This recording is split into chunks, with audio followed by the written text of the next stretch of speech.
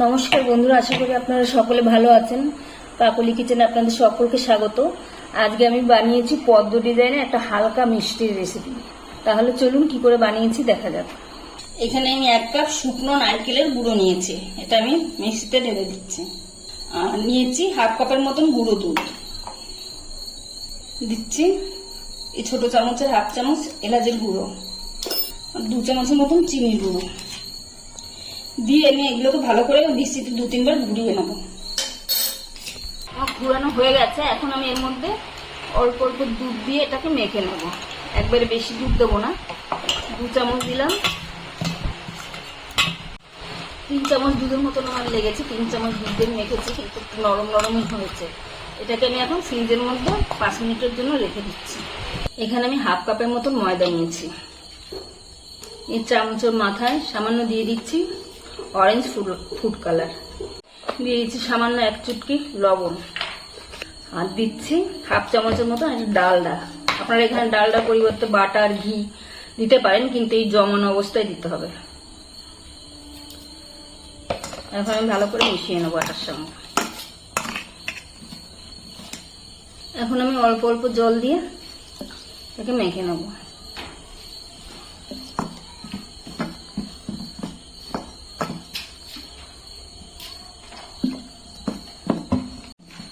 ময়দাটা আমি সুন্দর করে মেখে নিয়েছি, ভালো করে ঠেসে ঠেসে সুন্দর করে মেখে নিয়েছি। খুব বেশি শক্তও না, একেবারে নরমও না, খুব শক্তও না। এখন আমি এটাকে ঢেকে রেখে দিচ্ছি। আমি এখানে আর কিছুটা ময়দা নিচ্ছি, 1/2 কাপের চেয়েও কম। এর ভিতরে দিয়ে দিচ্ছি আমি ডালডা, 2 চামচের মতন দিলাম। ডালডার ময়দাটাকে ভালো করে মেখে নেবো, এর ভিতরে কোনো জল দেবো না। এই ময়দাটাও আমার মাখা হয়ে গেছে, এর মধ্যে আমি কোনো জল দিইনি, শুধু ডালডা দিয়ে এটা মেখে নিয়েছি। আপনারা চাইলে এটা বাটার দিয়েও মেখে নিতে পারেন। এখন আমি 5 মিনিটের জন্য রেস্টে রেখে দিচ্ছি। এটা ফ্রিজ থেকে আমি বের করে নিয়েছি, 5 মিনিট রেখেছিলাম ফ্রিজে। এখন অনেকটা শক্ত হয়ে গেছে। এখন আমি ছোট ছোট নাড়ুর মতন করে নেব।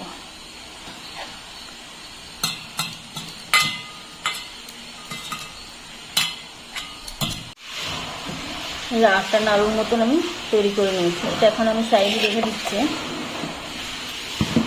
এখন এটা দিয়েও আমি 8টা বলের মতন করে নেব।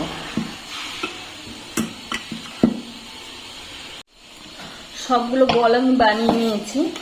এখন আমি একটা বল নিয়ে নিলাম, নিয়ে হালকা করে একটু বেলে নেব।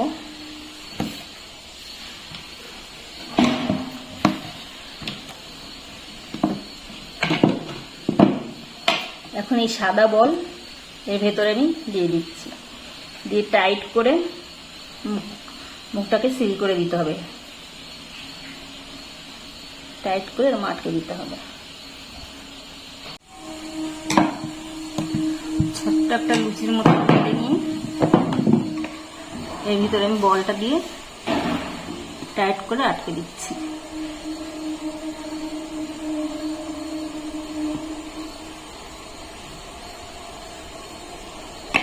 এইভাবে করে নেবো। সবগুলো বল আমি এইভাবে বানিয়ে নিয়েছি। এখন আমি একটা বল নিয়ে নিচ্ছি, নিয়ে হালকা করে বেলতে হবে। হালকা করে একটু বেলে নেব। এখন লুচির মতন বেলে নিলাম। এখন এটাকে এভাবে ফোল্ড করে নেব। এইভাবে সবগুলো করে নিচ্ছি। সবগুলো আমি এইভাবে ফোল্ড করে নিয়েছি। এখন আমি একটা ভিজে কাপড় দিয়ে 5 মিনিটের জন্য ঢেকে রেখে দেবো। 5 মিনিট আমি রেস্টে রেখে দিয়েছিলাম। এখন আমি একটা বের করে নিচ্ছি। এখান দিয়ে বের করে নিয়ে হালকা একটু বেলে নেব। হালকাভাবে বেলতে হবে। এখন আমি আবার একটা ফোল্ড করে নেব। এইভাবে আমি সবগুলো আবার ফোল্ড করে নিচ্ছি। সবগুলো আমি এইভাবে ফোল্ড করে নিয়েছি। এখন আমি 5 মিনিট আবার ঢেকে রাখবো। এখন আমি একটা লেচি নিয়ে আবার একটু বেলে নেব। এটা হালকা করে বেলতে হবে।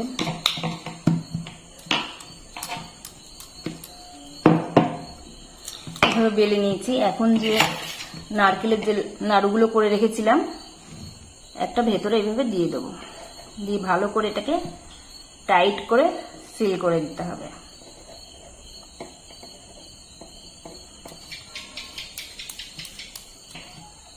এরকম সবগুলো করে নেব। সবগুলো বল আমি তৈরি করে নিয়েছি, একটা বল আমি নিয়ে নিয়েছি। এখন আমি এটাকে কেটে নেব।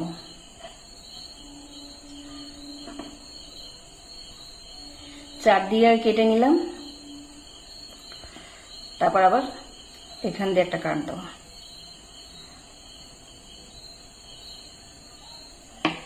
এই সাইড দিয়ে একবার কাটতে হবে।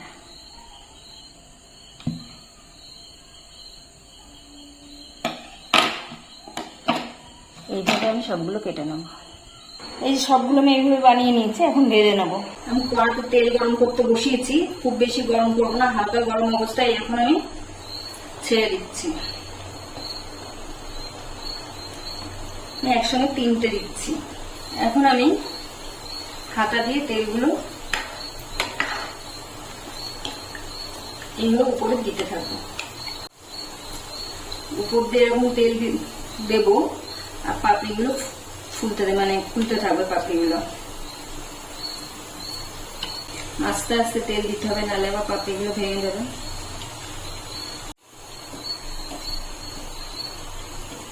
এখন আমি তুলে নিচ্ছি। এইভাবে আমি সবগুলো ভেজে নেব। রেসিপিটা আমার তৈরি হয়ে গেছে। আপনারা চাইলে এখন চিনির শিরা করে এর উপরে দিয়ে দিতে পারেন। আমি হালকা মিষ্টি রাখবো দেখে আমি আর চিনির শিরা দিলাম না। এখন আমি একটা আপনাদের ভেঙে দেখাচ্ছি কেমন হয়েছে। দেখুন, মানে নিচে মানে ভেতরে তো নারকেলের পুর আছে, উপরটা একদম মুচমুচে হবে। রেসিপিটা যদি ভালো লাগে তাহলে একটা লাইক করবেন, সাবস্ক্রাইব করবেন এবং কমেন্ট করে জানাবেন কেমন হয়েছে।